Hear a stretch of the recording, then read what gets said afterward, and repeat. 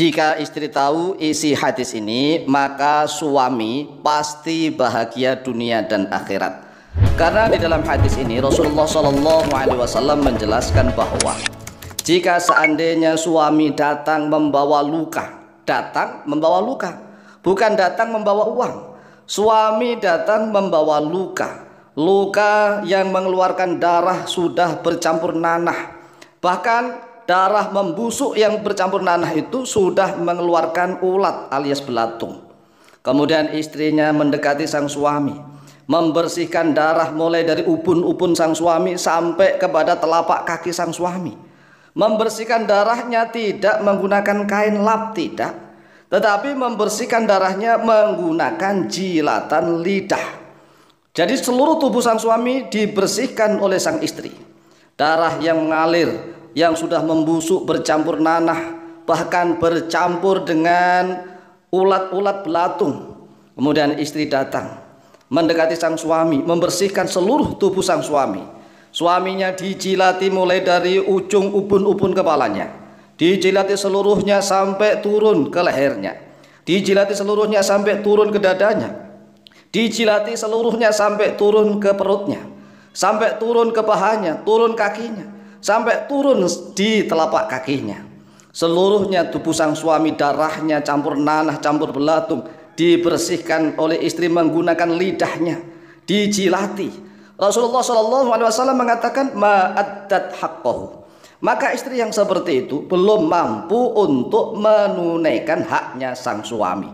Coba dibayangkan, coba direnungkan. Nah, inilah hadis yang pernah ditanyakan oleh beberapa jamaah di dalam channel YouTube Al-Mu'alim Center. Pernahkah ada hadis yang mengatakan bahwa kalau seandainya Rasulullah SAW membolehkan manusia sujud kepada manusia, maka Rasulullah SAW akan memerintahkan seorang istri, akan memerintahkan setiap istri yang muslimah agar sujud kepada sang suami? Maka jawabannya ada hadis seperti itu. Bahkan di dalam hadis redaksinya ditambah oleh Rasulullah, kalau seandainya suaminya datang membawa luka yang mengangah, yang mengeluarkan darah bercampur nanah, bahkan sudah bercampur dengan ulat-ulat belatung. Kemudian istrinya mendekati sang suami, membersihkan tubuh sang suami tidak menggunakan kain lap, tetapi membersihkannya dengan menggunakan lidah, dijilati. Tubuh sang suami dijilati mulai dari ujung ubun-ubun kepala sampai kepada ujung telapak kaki. Rasulullah SAW menjelaskan ma'addat haqqahu. Istri itu belum mampu untuk menunaikan haknya sang suami. Hadis ini diriwayatkan oleh Imam Ahmad bin Hanbal di dalam kitab Musnad beliau pada juz yang ke-20 halaman ke-65, dan juga diriwayatkan oleh Imam An-Nasai di dalam kitab As-Sunan Al-Kubra pada juz yang ke-5 halaman ke-363.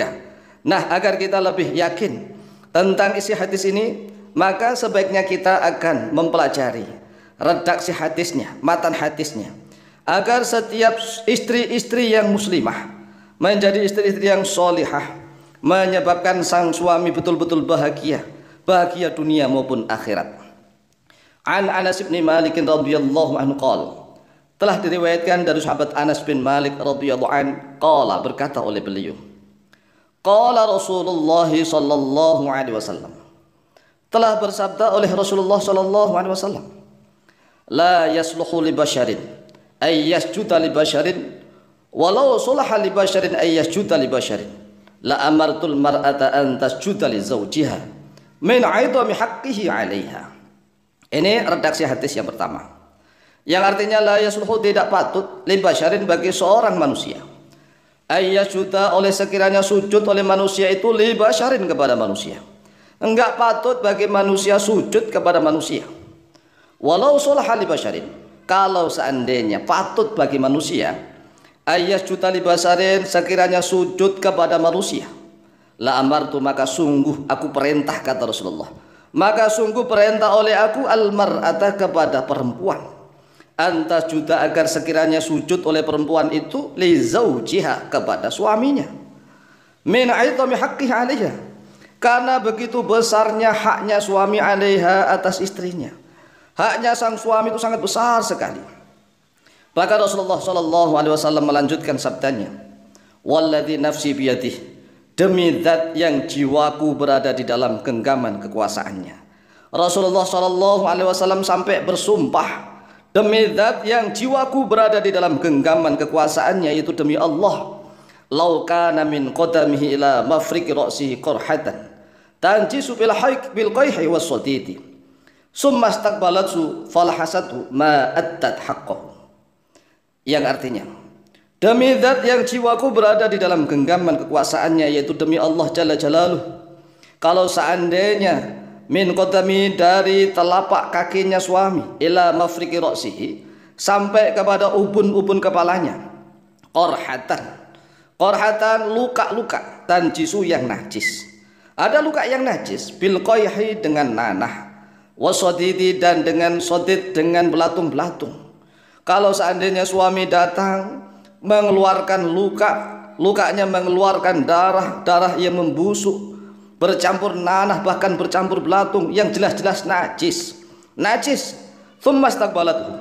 Kemudian istri menghadap kepada sang suami, mendekat kepada sang suami, falahasatu, lalu istri menjilati sang suami, menjilati seluruh tubuh sang suami yang tubuhnya itu enggak harum, tidak wangi.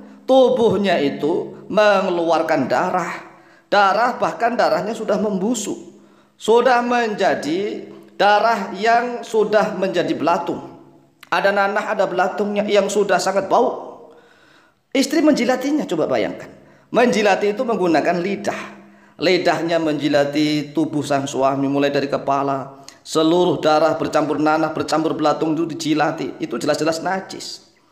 Kata Rasulullah, walaupun istri sudah melakukan perbuatan itu, ma'addat haqqahu, istri belum mampu untuk menunaikan haknya sang suami. Mengapa? Karena suami itu sangat besar haknya. Coba dibayangkan, suami itu laki-laki, tatkala dia lahir dirawat oleh bapak ibunya. Nah, setelah dewasa dan remaja, kemudian dia mampu bekerja. Setelah dia remaja dan dewasa, mampu bekerja, mampu mencari uang, kok tiba-tiba uangnya tidak untuk bapak ibunya, tetapi untuk merawat anda sebagai istri. Anda itu anaknya orang lain juga, istri anaknya orang lain. Istri itu kalau seandainya wanita, mohon maaf, sudah remaja, sudah dewasa, kalau seandainya nggak ada laki-laki yang mau merawatnya, dia akan menjadi beban keluarganya. Kalau seandainya sampai tua menjadi beban keluarganya. Atau seorang wanita yang sudah pernah menikah kemudian menjanda itu sangat berat.